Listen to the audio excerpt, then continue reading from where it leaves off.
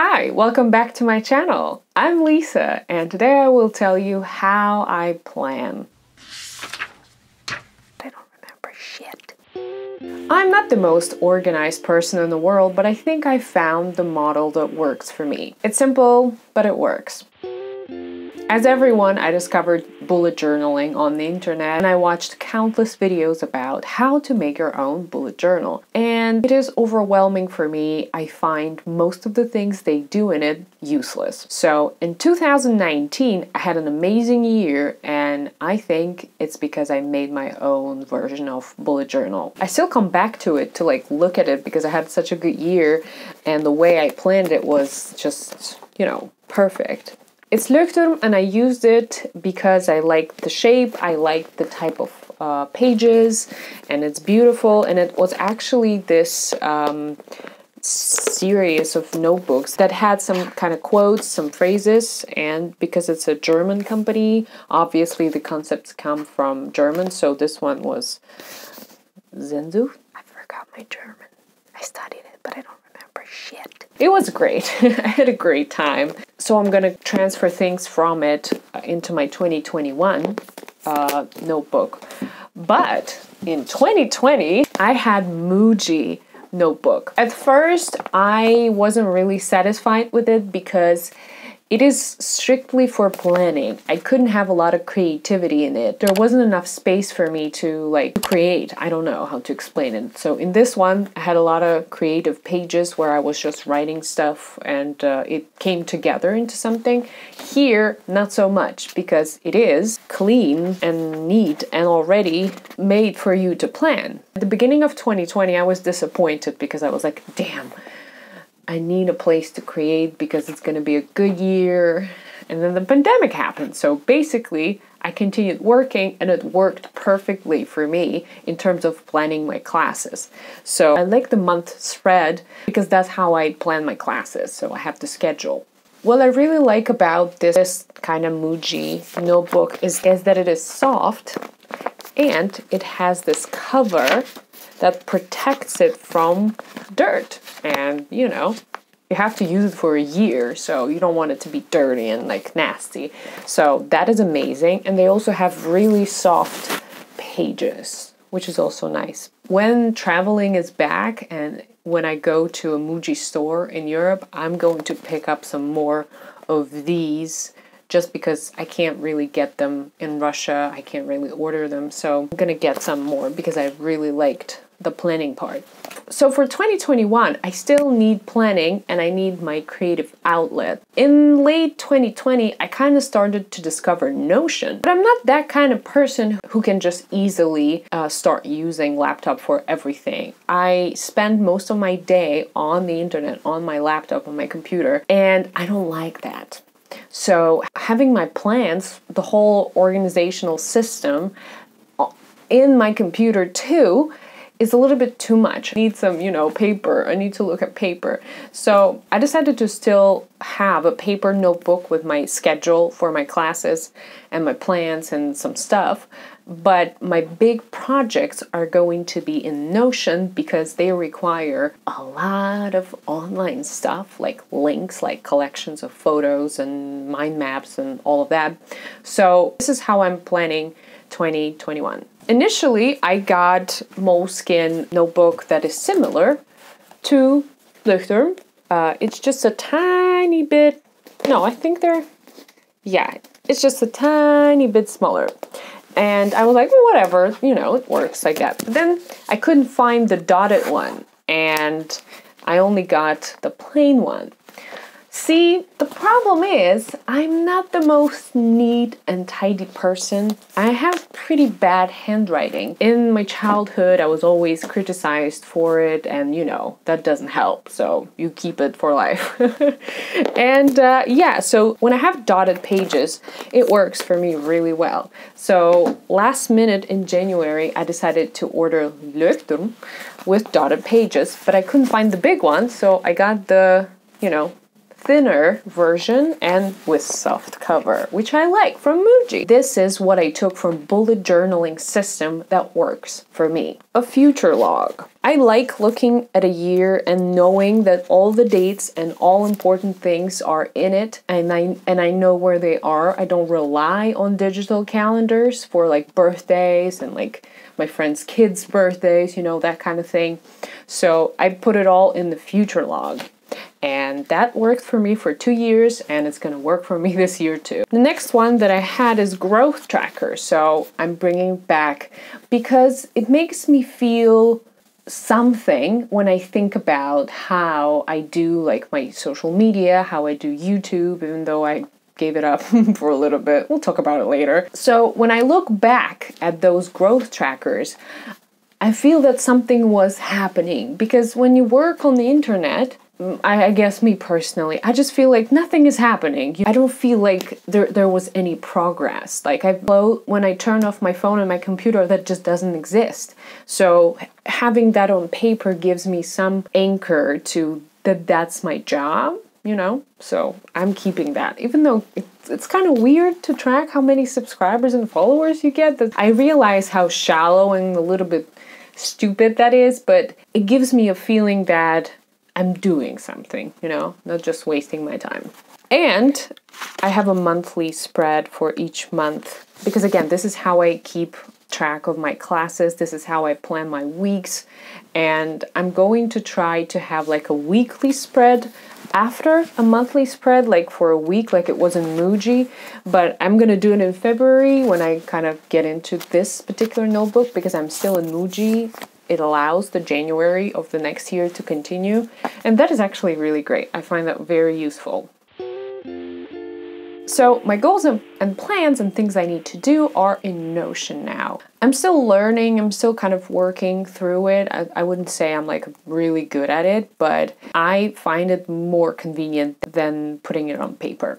The way I plan it is through 12-week year method. So this year I don't have any yearly goals. I don't have any resolutions about the year. That's because, well, we're still in the middle of the pandemic, so you can't really plan anything dramatic or big, or like no traveling, no big social interactions. So I don't see the reason to plan and then just not do it. So everything that I'm planning and thinking is heavily focused on me and my inner growth, inner development, and like interpersonal development and the person I want to become.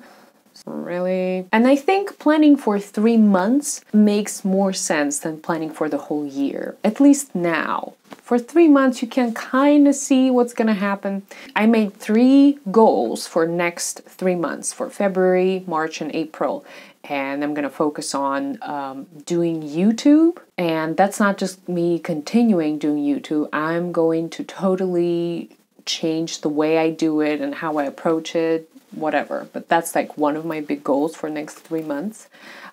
Second one is to establish my business. And 3 is to make a pronunciation course. I have been preparing for that since September. I've been studying. I organized like a master's degree program for myself, and I'm in it. But in the next 3 months, I'm planning to actually start writing scripts, filming, creating exercises, doing all of things that you need to do to actually construct the course. Like, I'm still learning. Like I literally sit all free time that I have, I'm just studying, and I like it and I want to do it, you know? That's what I want to do.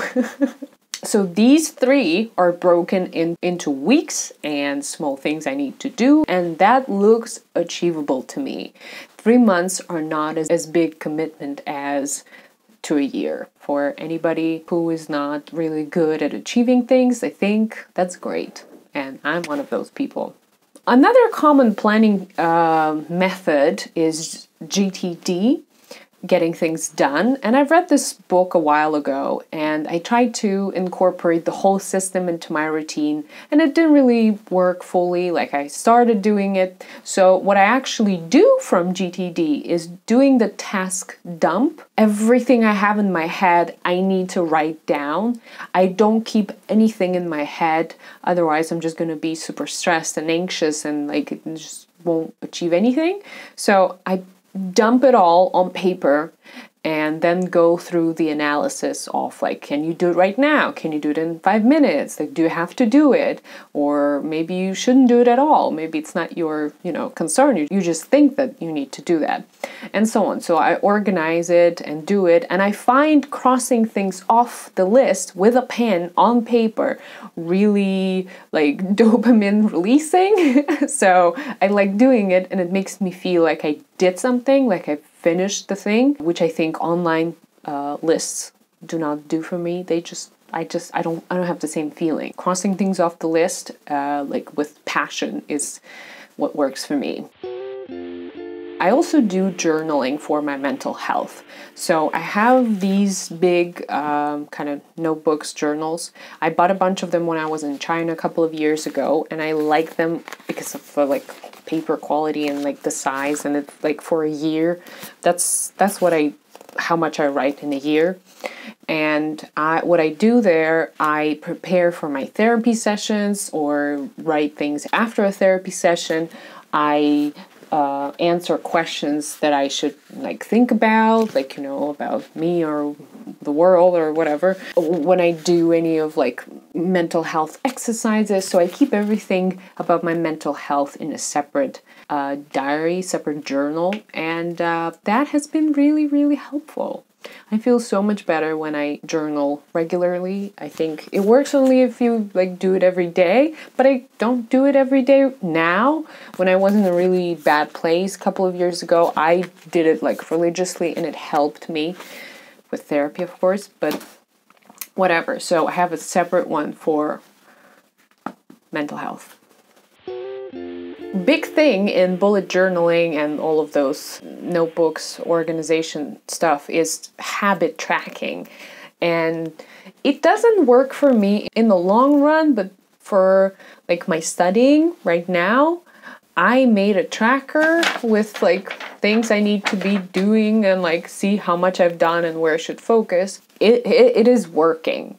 But tracking like doing exercise, drinking water is something that just doesn't work for me. It might work for you. If you are having difficulties with habits and having good habits, I would recommend one of the most recommended books, The Power of Habit. It's a good book. It's genuinely a good book, and it inspired me, and I remember I listened to it. I listened to an audiobook of it. I remember getting a really good grip on how to have habits, how habits are made, and like what is required for you to have a habit. So if you're a mess in that area, just read that book. Maybe then you will be like, okay, what real habits do I need? Because again, there's so many things internet is telling us we should do, but we actually shouldn't. So being minimalistic with your new amazing habits is healthy. You can find lots of videos about bullet journaling, GTD, organization, like all of that stuff. And if I have to tell you one thing, just take something from it. Don't do all of it, because we're all different and we have different plans and goals and different lives. So somebody's perfectly working machine of planning may not work for you because you just have a different life. So adjusting things for you is the key to any kind of success. Who am I to talk about success? I find doing something with my time, organizing it in the way that serves me, as a way to help myself in that ever-changing reality. It is stressful, and 2020 made it even more stressful than it was. So in 2021, if I had to make a resolution, my resolution would be to take care of myself and for you to take care of yourself, whatever it means to you, and finding that and actually learning new ways to take care of yourself and be in a better place mentally. That's it. Like, that's my one resolution for the year. And if you haven't learned anything about being better, living better, like in your head with yourself in 2020, try doing it in 2021, because this is the time. This is the time to learn how to live, basically. Yeah, we have to learn how to live because otherwise we're just not gonna handle it. That's how I plan my life now, and this is what I do. I hope that inspires you to actually maybe search for something that works for you, then great. Thank you for watching. If you're new here, subscribe to this channel. It is going to work somehow in 2021. So yeah, I'll see you later. Well, this is kind of me coming back to YouTube. I'm gonna talk about it in some other video, but yeah, this is a video I really wanted to make and put out, and I don't have any other videos about planning, but you can watch something like this while you're here. Yeah, hi, bye. That's the end. That's the end. Oh, I forgot how to do YouTube.